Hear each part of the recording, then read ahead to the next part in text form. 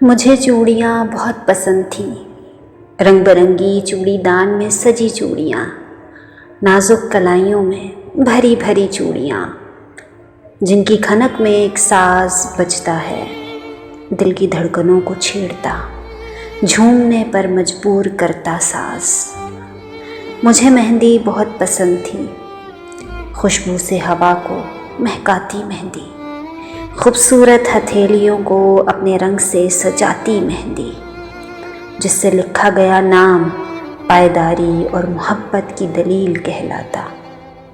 मगर अब न तो चूड़ियों की खनक भाती है और न ही मेहंदी की महक। वो खनक और महक तुम बिन अधूरी है। आओ और इन कलाइयों में चूड़ी खनकाओ और हथेलियों को मेहंदी से महकाओ।